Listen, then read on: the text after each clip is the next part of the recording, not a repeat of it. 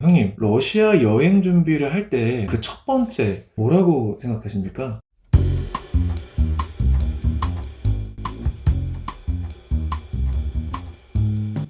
형님, 러시아 여행 준비를 할 때 그 첫 번째 뭐라고 생각하십니까? 여러 가지가 있을 수 있겠죠. 여행자마다 선호하는 방식이 있을 아, 테니까 어떤 분은 비행기 티켓을 먼저 알아보시는 분이 계실 테고 아니면 일단 뭐 일정을 짜고 그 일정에 맞게 숙소도 정하고 티켓팅도 하고 그렇게 하시는 분들이 계실 것 같은데 네네. 제가 생각했을 때는 일단 어디를 가야 되는지 이를테면은 우리가 러시아 여행을 한다 했을 때 러시아에 어디를 갈 것인가 이거를 먼저 좀 구체화하는 것이 저는 가장 중요하지 않나.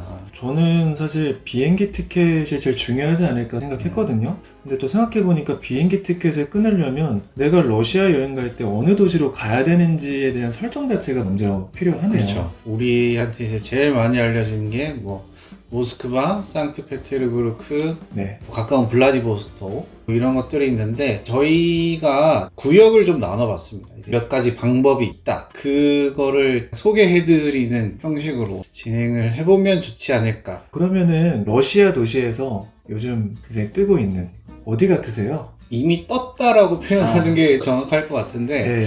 아마 이제 블라디보스토크가 우리나라에서 가장 가까운 러시아이기도 하고 이거를 유럽으로 넓혀보면은 가장 쉽게 접근할 수 있는 유럽이라서 네. 국내 여행자들에게 많이 알려져 있지 않나. 인스타그램이나 유튜브 브이로그 이런 거에서도 여행한 사람들의 그런 후기들을 또 많이 볼 수 있더라고요. 확실히 블라디보스톡이 가장 뜨거운 지역이 아닌가. 언급도를 보면 모스크바와 상트페테르부르크보다 그 짧은 시간 내에 그렇죠. 가히 폭발적인 네. 그런 반응을 이끌어낸 도시. 제가 손님한테 얘기를 들었는데 블라디보스톡에 가는 한국의 비행기 편이 네. 하루에 한 편만 있는 게 아니라 많다고 하더라고요. 그 얘기는 여행 갈까? 바로 실행할 수 있을 만큼의 부담도 없고 모스크바나 상페테르부르크를 출발한다 하면은 좀 마음 자체가 좀 비장해지잖아요. 준비도 그만큼 많이 해야 되는데 블라디보스톡은 2시간 반? 2시간? 네. 요 정도 걸리는데 또 편이 많다라는 거는 그만큼 고를 수 있는 요일에 대한 부담도 그쵸. 줄어들고 네. 시차도 별로 없잖아요. 1시간 빠른 걸로 알고 있어요. 아, 1시간 빠른 걸로. 저는 안 가봤어요. 형님 혹시 블라디보스톡 가보셨나요? 아주 오래전에. 동양인 관광객 자체가 별로 없었던 것 같아요. 아는 지인들이랑 시내 조금 둘러보고 독수리 광장이 있었던 것 같아요. 지금은 뭐 여행 프로그램도 되게 개발이 되어 있고 블라디보스토크 하면 킹크랩으로 또 유명하지 않습니까? 저는 그런 거는 먹어보지 못했어가지고. 블라디를 갔는데 킹크랩 못 먹어봤어요. 네. 다시 가야 되겠는데요. 두 번째 도시를 한번 볼까요? 일단 우리가 러시아 최동쪽 극동에서 이제 출발을 해가지고 네네. 대륙으로 이제 점점 좀 들어와야 되는데 그러려면은 횡단 열차를 또 타야 되죠. 물론 비행기를 타고 네. 갈 수도 있지만 러시아 사람들은 비행기 티켓이 비싸니까 뭐 우리가 이제 횡단 열차라고 이야기를 하면은 블라디보스톡에서 출발해가지고 모스크바에 도착 이런 개념이 아니라 최종 목적지를 만약에 모스크바로 정했으면은 중간중간에 러시아 중소 도시들을 지난단 말이죠. 그러면은 그 도시에 또 내려서 그 도시에서 보고 숙박을 또 하고 최종 목적지 모스크바까지 가는데 이 시베리아를 여행해 보신 분들은 아시겠지만 우리가 흔히 알고 있는 블라디보스톡, 모스크바, 상트 이런 도시랑은 완전히 다른 분위기를 풍깁니다. 그 각각의 도시가 또 나름 매력이 있고 특히 이제 우리 인식 속에 소련의 향기가 조금 풍겨오는 제가 가보진 않았지만 네. 그 말의 의미를 뭔가 알 것 같아요. 그런 느낌들이 좀 살아있는 그런 도시들이 좀 있어요. 특히 횡단 열차를 타면은 필수적으로 이제 바이칼 호수를 바이칼 또 이제 지나게 되고 들러야 하는 그런 것 중 하나인데 횡단 열차 타면서 그렇게 이제 올 수 있죠. 이 자체가 하나의 컨셉으로 할 수 있는 또 다른 선택지다. 되게 시간이 좀 많이 필요하긴 해야 될 것 같아요. 그렇죠. 시간 많이 필요하고 굉장한 체력을 요합니다. 좀 잘 네. 씻을 수 있나요 혹시? 횡단 열차를 타면은 씻는 건 어떻게 해요? 씻는 게 굉장히 불편합니다. 뭐 지금은 어떤지 모르겠어요. 아니, 그러니까 씻으러 네. 갈 때 본인 짐은 어떻게 해요? 집은 그냥 자리 두고 가는 거죠. 근데 혹시나 또 분실의 음료가 뭐 그렇죠. 그런 위험이 있죠. 항상 여권은 어딜 가든 내 몸에 지니고 있어야 되고, 씻을 수 있는 세면 공간 자체가 없어요. 우리나라처럼 수도꼭지를 돌리면 물이 콸콸콸콸 쏟아지는 게 아니고 네. 버튼을 계속 누르고 있으면 물이 또르르르 이렇게 떨어져요. 아, 누르면 네, 떨어지네. 이렇게 누르고 있어야 되는데 아, 그걸 이제 씻을 정도로 이제 받을 수가 없는 거죠. 머리는 감지 않았습니다. 물티슈로 대충 그냥 닦고 그렇게 지냈어요. 혹시 네. 횡단열차를 타면서 들렸었던 그 네. 여러 도시들 가운데 네. 가장 인상적인 도시는 어디였나요? 아무래도 이제 바이카로스 본 게 정말 아직도 생생하게 그림이 그려져요. 제가 봤던 그 광경이 10년이 훨씬 넘었는데도 두 번 다시 횡단열차를 타지 말아야 되겠다 이런 생각을 가지고 있는데도 불구하고 바이카로스는 다시 가보고 싶어요. 바이카로스는 다시 가고 싶다. 네. 허나 시베리아 횡단열차는 좀 고민이 되는 것 같아요.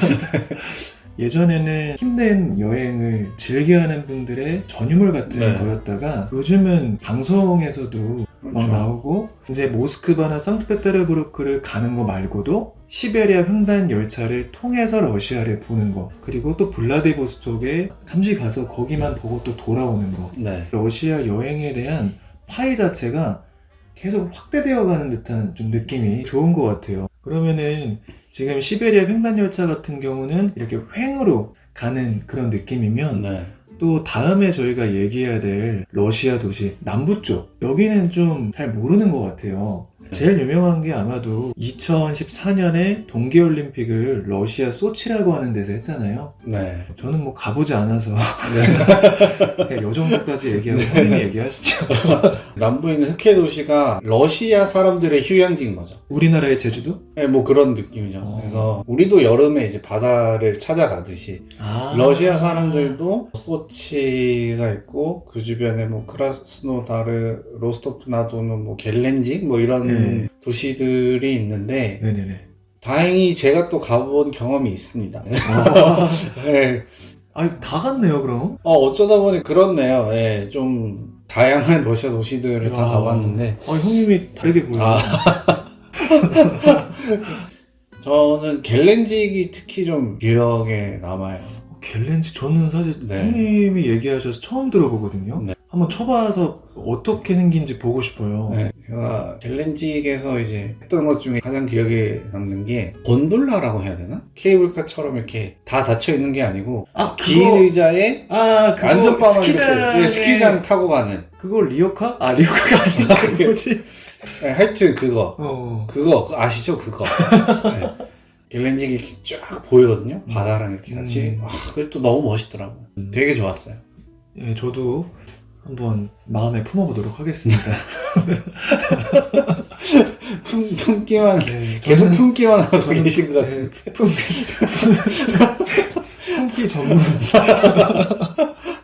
그러면은 이제 러시아 네. 남부도 봤으니 지금 저희가 위치하고 있는 네. 모스크바 그리고 상트페테르부르크, 우리나라에서 제일 먼 도시가 되겠네요. 그렇죠. 가장 기본이라고 할 수 있는, 아무래도 모스크바가 러시아의 수도이고 멀지만 직항이 있잖아요. 네. 365일 내내 직항에 있는 도시. 네. 접근성이 좋은 거죠. 그리고 상트페테르부르크 같은 경우에는 여름에만 직항이 이제 뜨고 겨울 같은 경우에는 직항이 아예 없고, 이 두 도시 같은 경우는 컨셉이 액티비티한 거를 찾아낼 수는 있긴 하겠지만 네. 기본적으로 이 두 도시에게 기대하는 바는 문화와 예술 컨셉이지 않나 좀 그렇죠. 생각이 듭니다. 형님은 또 모스크바와 상트페테르부르크 두 곳에 네. 체류를 또 하셨었잖아요. 네. 저는 모스크바 놀러만 가봤지 제가 살아본 적은 없기 때문에 네. 형님 모스크비치네. 아, 네. 또 그렇게 되네요. 네. 근데 모스크바는 네. 제가 처음에 갔을 때, 그리고 그 다음에 갔을 때 네네. 엄청 많이 달라졌더라고요. 모스크바가 점점 커지고 있어요. 확실히 제 생각에 서울이랑 비슷한 것 같아요. 서울. 그럼에도 불구하고 그들의 유구한 역사, 뛰어난 문화, 예술 이런 것들을 또 잘 가지고 뭐 네. 볼쇼이 극장 하면은 누구나 다 아는 극장이잖아요. 또 유명한 이제 붉은 광장. 저는 사실 바닥이 빨간 줄 알았어요. 네, 저도 바닥이 빨간 줄 알았는데 새까맣더라고요. 그리고 이 모스크바 가면은 정말 많은 박물관이 있어요. 미술관 굉장히 잘 돼 있고 특히 이제 러시아 문학에 관심 있으신 분들은 네. 그 작가 박물관이 다 있어요. 유명한 러시아 작가들. 이제 확실히 매력적이죠. 그리고 뭐 쌍떼야 뭐 말할 필요가 없죠. 제정 러시아의 수도. 그냥 그걸로 끝 아니겠습니까? 네. 네, 황제들의 유산들이 그대로 남아있기 때문에 완벽하죠. 네, 할 말이 없네요.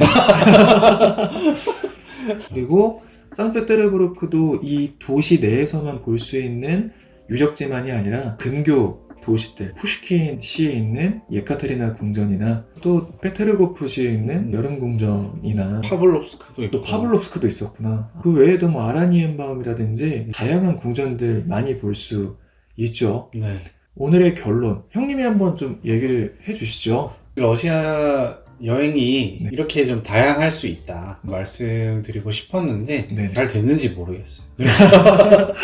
사실 러시아가 아직 우리한테는 불곰국에다가 네네네. 그저 추운 나라 이렇게 아직도 이렇게 많이 알려져 있지만 어쨌든 이 횡단 열차를 타면서 액티비티한 것도 즐길 수 있고 네. 모스크바 상트에서는 러시아의 역사와 문화, 예술 이런 것들을 느낄 수 있고 또 남부로 내려가면은 휴양 도시들 볼 수 있기 때문에 네. 참 매력이 다양하다 말씀드릴 수 있겠고 미리 좀 숙지를 하고 있으면 러시아 여행을 계획할 때 도움이 되지 않을까 그런 생각을 해봅니다. 그러니까 일정을 또 짜는 데 있어서 이 도시들이 가지고 있는 특징이나 컨셉을 잘 네. 이해를 하면 그 일정을 짤 때에도 도움이 되는 거죠. 그렇죠. 네, 여기까지입니다. 그러면은 우리 구독자님들께 인사를 하도록 하겠습니다. 하나, 둘, 셋. 백바!